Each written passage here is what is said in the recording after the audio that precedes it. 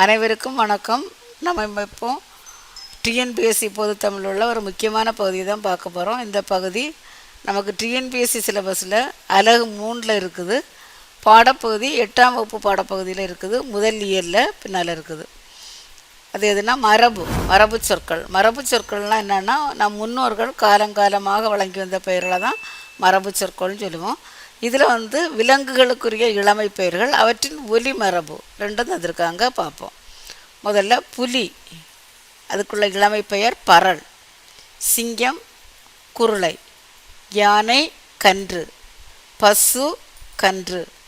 ஆடு குட்டி. அடுத்தது விலங்குகளுடைய ஒலி மரபு.